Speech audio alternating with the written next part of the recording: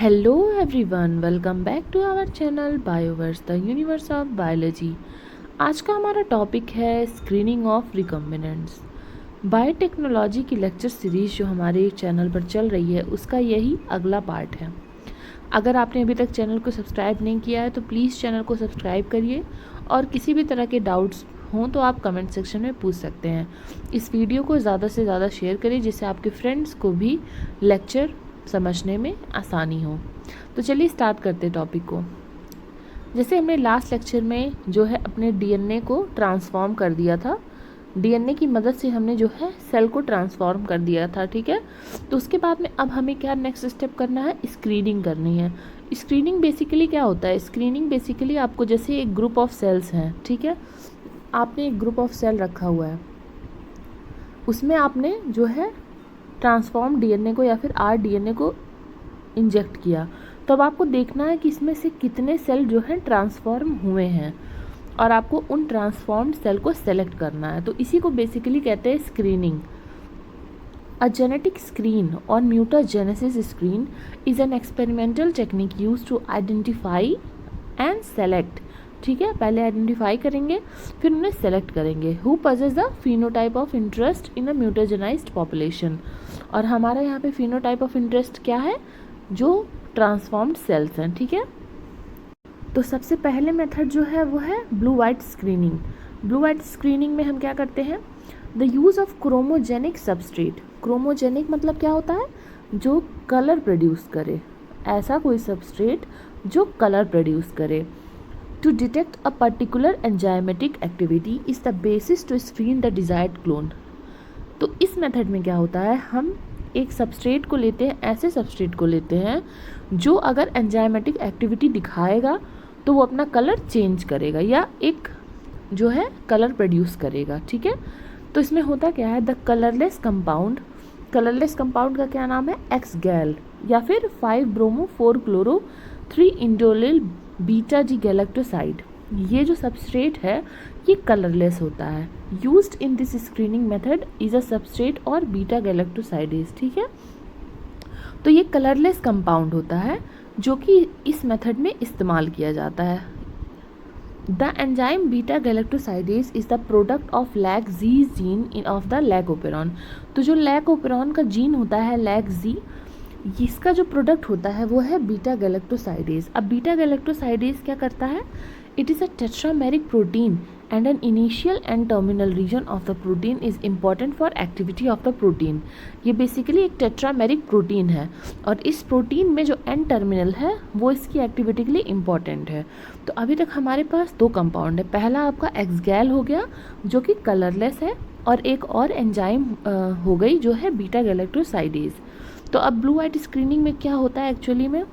In this system host contains LAC-Z gene without the initial region, whereas vector contains alpha peptide to complement the defect to form active enzyme।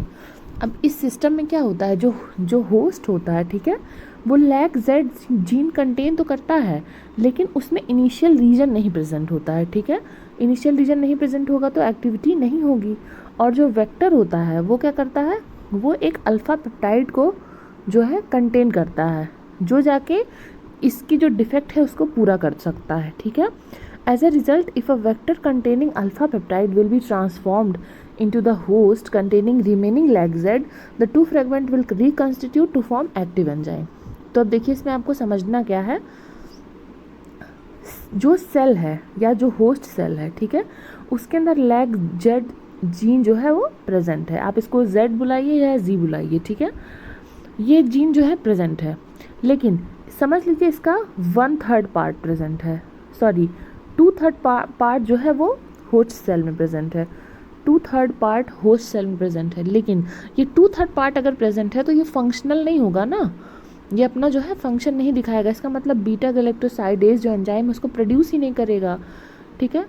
तो और जो बाकी vector है उसके पास समझ लीजिए 1/3 part है या कोई ऐसा पार्ट है जो इससे मिल के कंप्लीट कर सकता है, वो है हमारा अल्फ़ा पेप्टाइड, ठीक है। अगर अल्फ़ा पेप्टाइड इस सेल से मिल जाए तो ये जो जीन है वो फंक्शनल हो जाएगी और एंजाइम को प्रोड्यूस कर देगी। इतना समझ में आ गया ना कि ट्रांसफॉर्म्ड सेल अगर है तो वहाँ पर एंजाइम की एक्टिविटी होगी, ठीक है। क्योंकि जब वेक्टर आकर यहाँ पर इससे मिल जाएगा तो ये सेल क्या हो जाएगा, ट्रांसफॉर्म हो जाएगा। क्यों ट्रांसफॉर्म हो जाएगा, क्योंकि इसका जेनेटिक मेकअप चेंज हो जाएगा।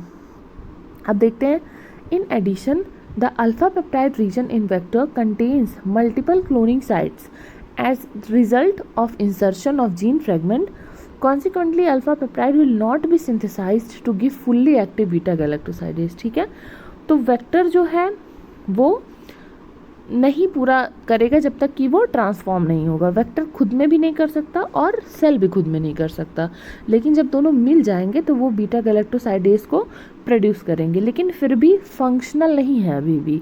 The enzyme beta galactosidase oxidizes X gal to form 5 bromo 4 chloro indoxyl and galactose, ठीक है। तो यहाँ पे बीटा गैलेक्टोसाइडेज एंजाइम कर क्या रही है, ये एक्स गैल को ऑक्सीडाइज कर देती है और इस ऑक्सीडेशन की वजह से ब्लू कलर प्रोड्यूस होता है, ठीक है।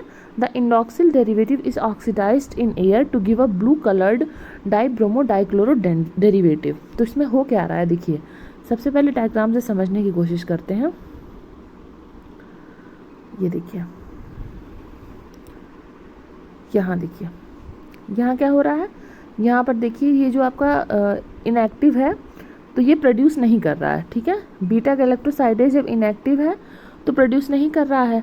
जब इसमें ट्रांसफॉर्म हो गया, जब ये वेक्टर आकर ट्रांसफॉर्म हो गया तो ये एक्टिव हो गया। जब ये एक्टिव हो गया तो क्या करेगा, ये एक्स गैल को ऑक्सीडाइज कर देगा और ब्लू कलर प्रोडक्ट बन जाएगा। लेकिन अगर ये इनएक्टिव है तो ब्लू कलर प्रोडक्ट नहीं बनेगा क्योंकि एक्स गैल ही प्रेजेंट है, इसलिए जो आपका सैंपल रहेगा वो वाइट रहेगा, ठीक है।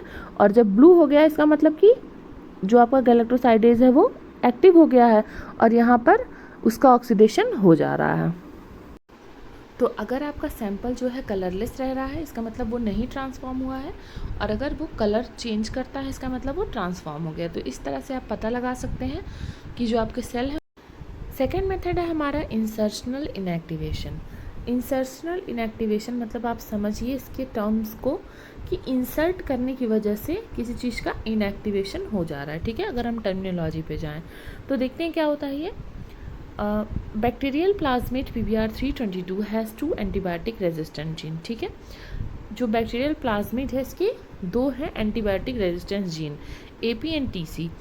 If a gene fragment will be cloned in a cell it will disturb the AP gene, ठीक है।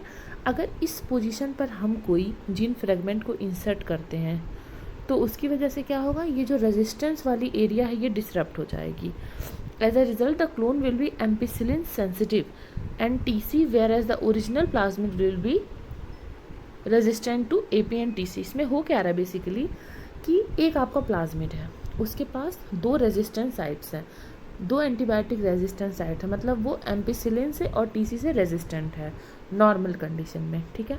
लेकिन हमने अब यहाँ क्या किया, यहाँ पर हमने इस साइट पर उसके बिल्कुल बगल में क्लोनिंग कर दी। अगर इस साइट पर क्लोनिंग कर दी इसकी वजह से जो रेजिस्टेंस है वो ख़त्म हो गया। अब रेजिस्टेंस ख़त्म हो गया तो वो सेल थोड़ी सर्वाइव, अगर आप उस मीडियम में उन्हें ग्रो करेंगे तो वो सर्वाइव नहीं करेंगे। कोई ऐसे मीडियम में जिसमें एम्पिसिलिन और जो आपका है वो प्रेजेंट है, उस मीडियम में अगर आप अपने सेल को ग्रो करेंगे तो जो आपके म्यूटेंट सेल्स हैं या फिर जो ट्रांसफॉर्म्ड सेल हैं वो ग्रो नहीं करेंगे, ठीक है। तो ट्रांसफॉर्म बैक्टीरिया आपका नहीं ग्रो करेगा, ठीक है। वो सिर्फ टेट्रासाइलिन पे ग्रो करेगा, एम्पिसिलिन पे ग्रो नहीं करेगा। तो इस तरह से आप पता लगा लेंगे कि कौन से सेल आपके ट्रांसफॉर्म हुए हैं। तो इस लेक्चर में हमने ये 2 मेथड्स देखे, इंसर्शनल इनएक्टिवेशन और जो है आपका ब्लू वाइट मेथड देखा। बाकी के 2-3 मेथड्स और हैं वो नेक्स्ट लेक्चर में आएंगे, ठीक है। तब तक के लिए चैनल पर बने रहिए। Keep learning, keep growing. Thank you.